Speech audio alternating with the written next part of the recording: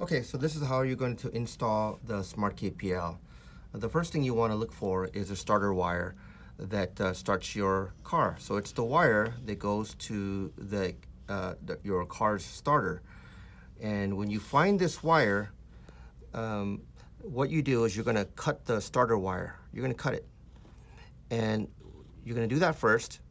And after you cut this wire, you're going to cut right in the middle. And right when you cut this wire, you're going to try to start your car, and it should no longer start.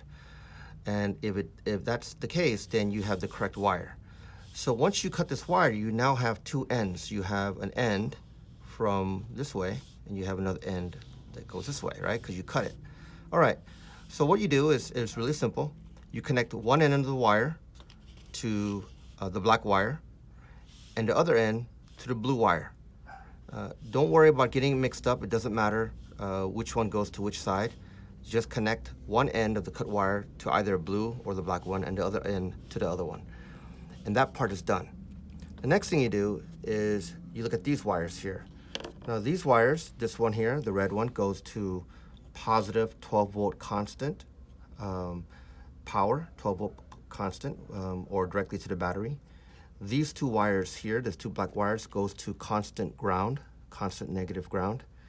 And this wire here is probably the most important. If you don't have this wire, this orange wire connected correctly, nothing's going to work. So this one is going to go to the ignition wire that shows power on when on and cranking. So if you're using your voltmeter, that wire that this orange wire connects to at the ignition wire, should show 12 volts when on and cranking. And when it's in the off position, should show no voltage. So remember, this wire goes to the ignition wire that shows power when it's on and cranking only, and when it's in the off position, it shows no voltage. And that's about it.